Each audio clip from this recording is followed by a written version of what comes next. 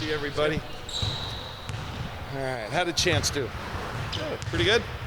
For her to strike in terms of being teammates with Tahina in India and kind of colleagues of those two, but also learning from them as role models for her too, in a way that can benefit her later in her career. Yeah, well, I think you nailed it. I think she can be both. A great compliment to them. I think we all consider Tahina and Indy scoring guards, really offensive-minded. Whereas Chance brings, that element of defense to it, and at the same time, she's learning from them. What it takes to understand the point guard role. She's going to be playing more and more with the ball in her hand in transition, things like that. So, what a great position to be in. Playing alongside that kind of talent, but playing, learning from them as well. Kind of expanding off of that, though, in high school and obviously in the club circuit, she was ball dominant player. Here, she's being asked to do something a little different. How do you think she's kind of handled that shift? Well, I think that's why you see a mature player, for just a freshman, for her to be able to transition from being the player, on her club teams and her high school team to being a complementary player. She's had some big nights for us, so there are going to be more of those, but that's the mark of an unselfish, really good teammate, and obviously a smart player, and that's what Chance is. How have you guys become that much more efficient offensively, Kelly? I mean, it's one thing where, yes, Indy leads the country in three-point shooting, and Taya's shooting really well, but I think it's a little bit more complex than that, or is it that simple? Is it just, when you're making threes that well, it helps, or I think it's a little bit more than one player, it seems like. No question. I think we're in a nice offensive rhythm. We've had only of our 8 games, I think 2 games where, maybe we struggled. It was kind of a grind. I think we're an unselfish team, so we're getting the ball to the right person at the right time. I think we showed the other night that it's basketball's not a democracy. We got it to the hot hand. India was hot. We fed her the basketball, and that again shows a mature, unselfish team. I think we're getting good inside-outside contributions, but bottom line is we're shooting the three pretty well right now. That's always going to help your efficiency numbers. But I just think offensively right now we're in a great rhythm, and we can put out, and through our 8 games we've had 5 different leading scorers, and that doesn't include Jenna, who's been the second high scorer 3 times. So that's that's a kind of a good distribution of wealth, so to speak.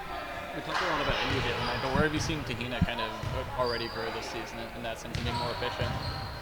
Well, obviously, the first thing stands out, she's taking care of the ball, which is great. I tell them all the time, you could just shoot a half-court shot, and Elisa has a chance to go in, and you have a chance to get a rebound. That's better than turning the ball over. So she's valuing the ball. I wish she was a little bit more assertive offensively.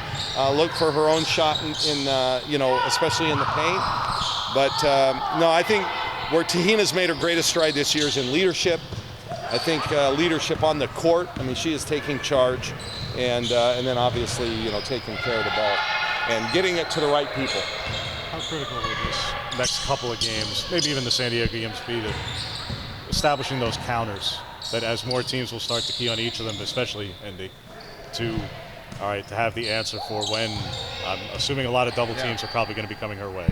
I think it all flows together. That's why I'm excited about this team. I mean, we've got different players that can do it. So yeah, if they focus on India and maybe send an extra player to her or shade toward her, well, then that opens up a Pow Pow or an Elise Hurst, who's had a big night, a couple of them for us, Chance Gray, and then the better you do on the perimeter, then that opens up more driving lanes and post-up opportunities for Philly and Grace. So really we have kind of a nice combination, and it's my job as a coach to kind of make sure we can fit that together each and every game, because every game's going to be different.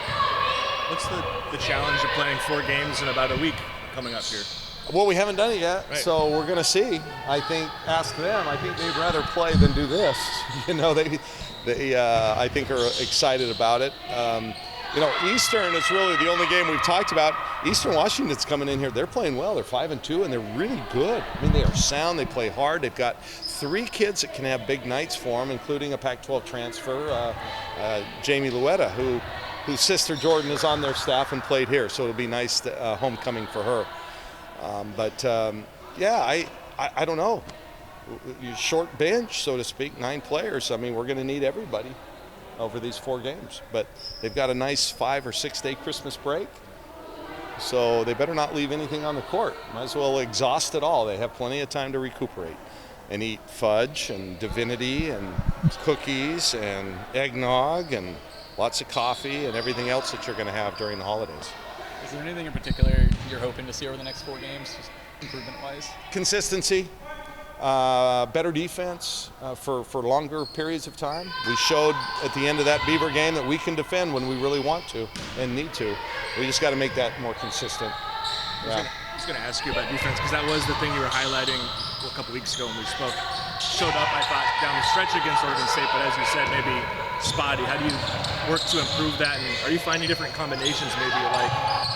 Well, actually, we finished the game with a small lineup, and they had a big lineup on at time. And I thought that they would try to exploit that more. Maybe we did a good job. Taya Hansen was down there battling their big kids. But we were being more aggressive, so we could be more aggressive when we go small. And so we can defend in different ways, which I like.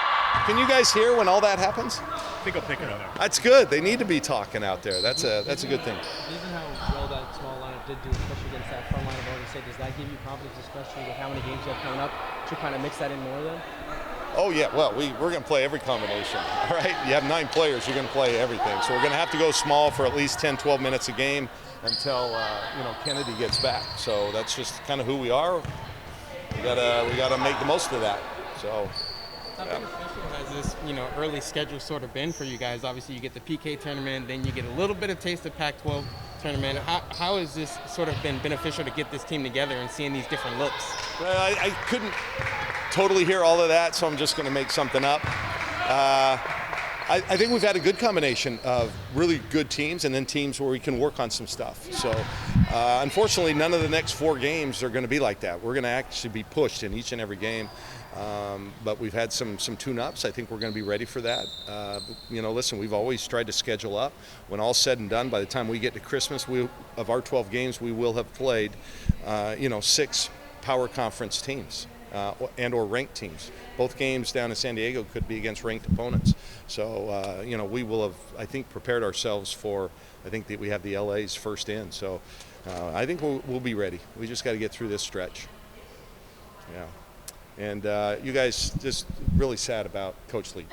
I've had a chance to really watch and really appreciate that guy, from a distance. So I really feel, obviously for his family and he's part of the Pac-12, always will be. So we wish him, his family the best and pray for him. Makes you think, you guys. We all need to cherish every day, man. Every day. We try to pound that into these guys, even as young as they are. Every day is a blessing, and we treat it as such.